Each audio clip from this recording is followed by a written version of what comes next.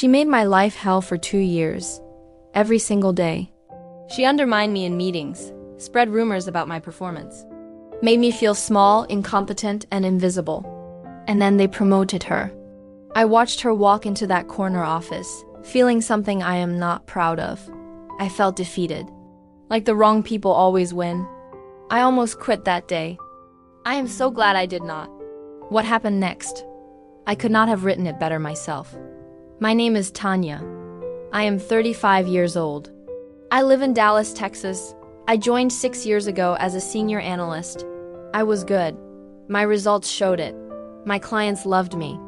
Then Nicole arrived. She joined 8 months after me.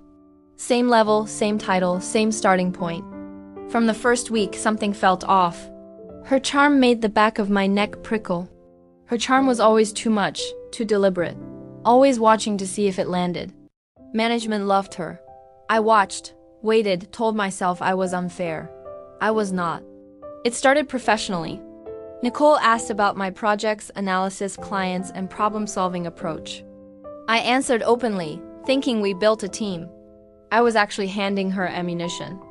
Within 3 months, she positioned herself as the expert on methods I developed, presenting them as her own. I noticed. I said nothing the first time. The second time, I mentioned it directly, calmly, privately. She smiled and said, "Tanya, I think you might be misremembering. I have been developing this framework independently for months." I looked at her. She held my gaze without blinking. And I knew exactly who I was dealing with. Over the following year, Nicole systematically worked to undermine me. She started rumors. Nothing dramatic. Just quiet suggestions dropped in the right conversations at the right moments. That Tanya seemed overwhelmed lately, distracted in the last client meeting, thinking about leaving. Small poison, administered carefully. Over time, she also began positioning herself between me and management, volunteering for high-visibility projects, making herself indispensable, ensuring every success had her name attached, every difficulty had proximity to mine. I watched it happen. I documented everything. And I waited, because I had learned something important by then. Patience is a weapon, and I was learning how to use it.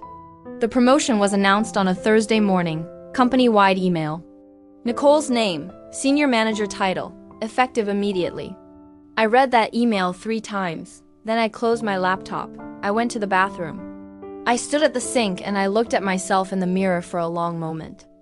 I thought, is this it? Is this what happens? The person who plays dirty wins and the person who does the work watches from the sideline? I almost handed in my resignation that afternoon. Instead, I called my mentor, a woman named Dr. Patricia Howard, who had been in this industry for 30 years and had seen everything twice. She listened to the whole story. Then she said, "Tanya, I need you to hear something. The higher Nicole climbs on the foundation she has built, the harder the fall when that foundation cracks. And it will crack. It always does.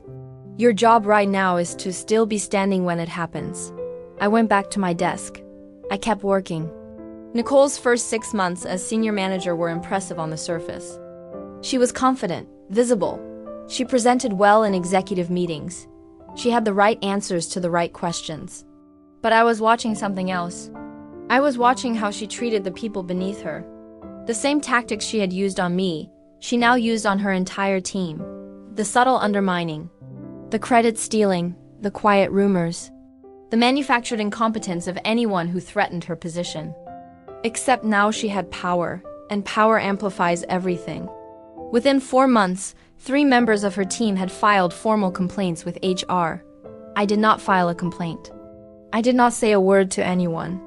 I simply continued to do excellent work and let the situation develop on its own. The unraveling began on a Tuesday. One of Nicole's team members, a young analyst named Marcus, had documented everything. Every instance of credit stealing, every demeaning comment, every manufactured failure. He had timestamps, he had emails, he had witnesses. He requested a formal HR investigation. HR investigated. What they found was not limited to Marcus's complaints. Because once the door opened, others walked through it. 6 more people came forward, including 2 who had been on the team before I joined. It turned out Nicole had left a trail at every company she had worked at. The same pattern.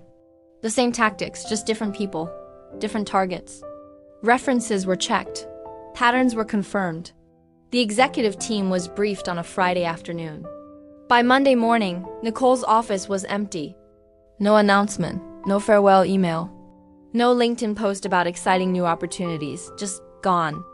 3 weeks after Nicole left, my manager called me into her office. She said, "Tanya, I want to apologize. I think we missed some things that were happening right in front of us, and I want to make sure we do better." Then she offered me a project lead position on our most important account. Not Nicole's old title, something better. A role built specifically around what I actually do well. I said yes. I think about Nicole sometimes, not with anger, not with satisfaction even. More with a kind of quiet clarity. She was genuinely talented. She did not need to do what she did. She had enough ability to succeed honestly. But somewhere along the way she had decided that manipulation was faster than merit. That tearing others down was easier than building herself up. And for a while she was right. It was faster. It did work. Until it did not. Until the foundation she had built on other people's pain finally gave way under the weight of its own rot. Here's what 2 years of watching Nicole taught me. Do not quit when the wrong person gets the reward. Document everything, every instance, every date, every witness.